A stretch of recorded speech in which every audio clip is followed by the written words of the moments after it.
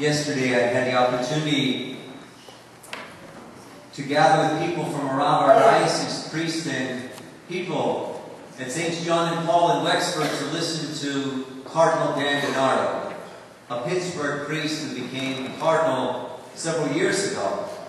And he gave an address on the priesthood. And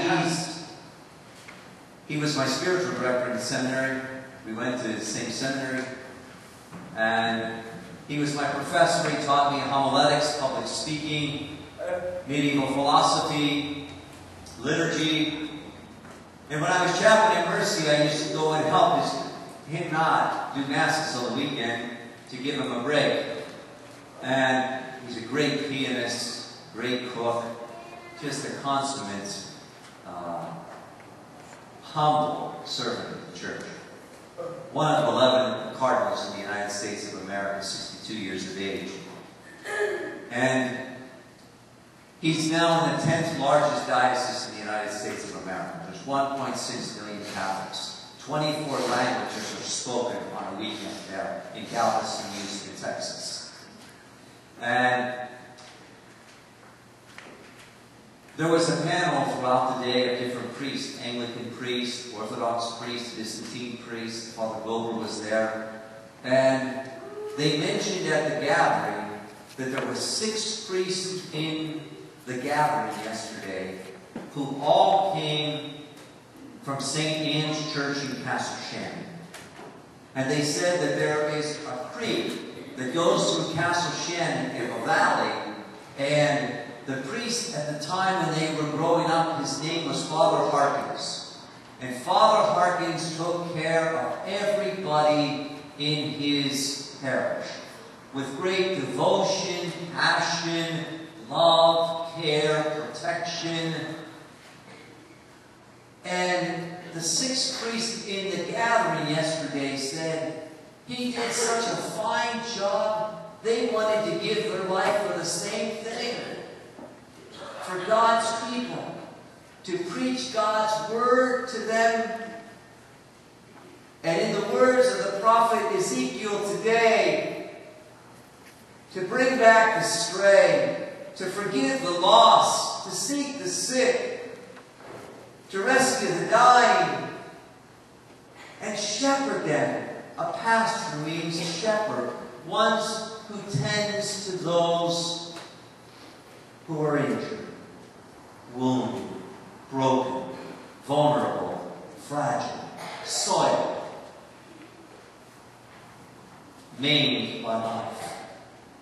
A shepherd is one who has tenderness and compassion for humanity. A shepherd isn't one who demonizes humanity, who says, well, there's no good in you. There's no good in life. You don't demonize people and condemn them and write them off. We need to forgive people. As difficult as it is. We need to reach out to people as sometimes it feels so hard. We got calls at the rectory today thanking us profusely and profoundly for people who prepare Thanksgiving meals for people who are less fortunate, who are needy. And how grateful they are that we reached out by your goodness and your generosity and your faith to make one family Thanksgiving more bountiful, more plenteous. Paul says in his letter to the Corinthians today, because Christ overcame and conquered victorious the grave and sin and death, he put together and destroyed the evil power that can easily take our lives in the wrong direction. A shepherd is one, if a person's life is going in the wrong direction, guides them, affirms them, and even at times corrects them. You're going the wrong way. You're going away from God. You're not going towards God. You know, in the state of Texas, they have more prisons than any other state in the United States of America. And there's a priest in Texas who works with prisoners. And the cardinal can't get enough priests to be chaplains of prisons, so he's had to appoint deacons to serve these prisons. And there's this one priest who has a great passion for prisoners. And he's got all these deacons with great fire to get to these inmates and bring them home in God's light. And the cardinal told the story that there was a prisoner who got a sentence for 30 years.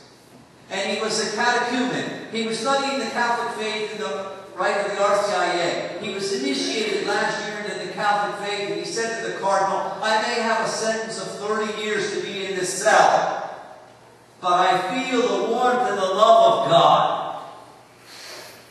And I intend to practice my commitment to be a Catholic and share my faith. You know, if you're in prison, friends, the world is tough, and you've got to be hard to survive, or you ain't going to make it. It's hard life. You know, we live in a world, friends, it's hard. And sin puts us in prison. We're in bondage. The bondage may be an addiction, where it's a person or an object, something that's a substitute for God. And we're not on an authentic path. The one thing about a prisoner knows their sins. They're not ashamed. They'll tell you their sin right out. I've worked in prisons. They'll be in line for confession. But why in the other world do we dismiss our sin, or excuse our sin, or rationalize our sin, or deny our sin, or not even think we're a sinner? The cardinal was telling us yesterday that he gets lots of letters of people who are angry and frustrated for whatever. They don't like this, that, whatever. And he said, I want to shout to the state of Texas and just say, aren't you in the human condition of sinful people, of sinful humanity? Well, wake up. The power of evil is in you. And when have you been injured and injured others because of sin? When have you frayed others? You know, sometimes of what's happened in the news the last few weeks, we get into a deifying people. Deifying people means we put them up on such a high pedestal that there's some semi-god, or there's some angel, or there's some saint, or they're larger than life, or some idealism. Like I'm going to marry a perfect person who's going to fulfill all my heart's desires. Forget it. It doesn't exist in this universe. Only God can fill all of our desires. If we desire what God desires for us, and then we're on track.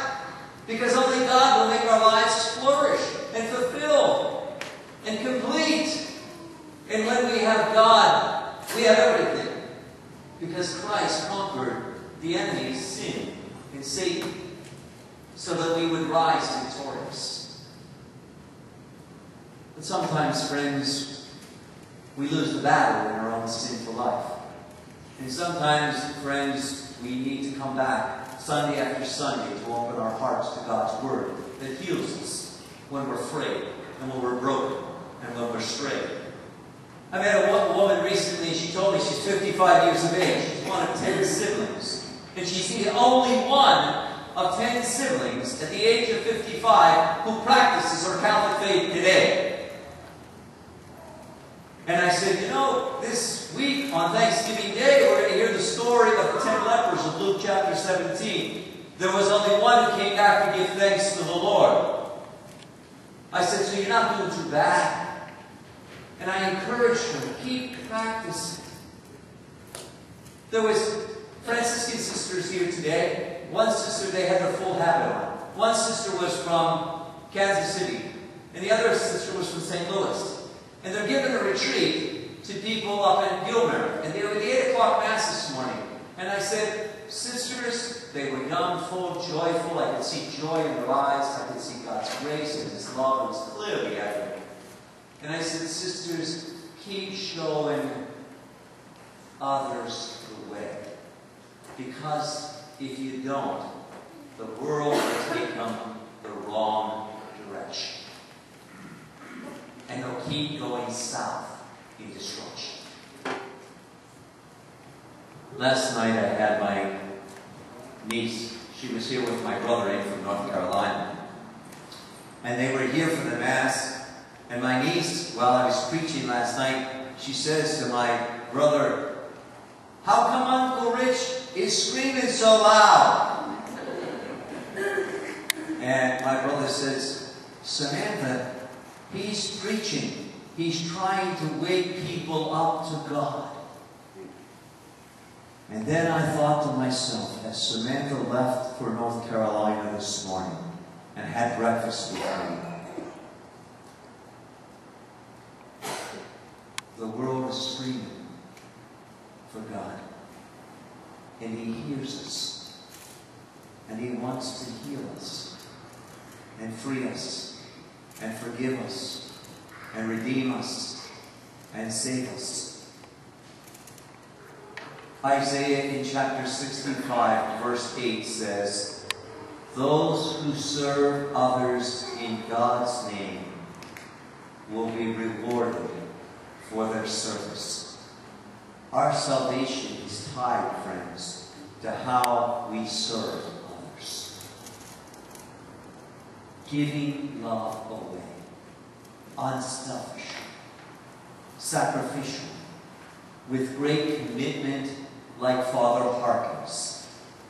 I was happy to be in a room yesterday who were grateful that they had a pastor in whose footsteps they sought to follow. When I'm gone from this earth, I would hope and pray that someone could say, there's somebody who sought to follow the Good Shepherd and lead others to His kingdom.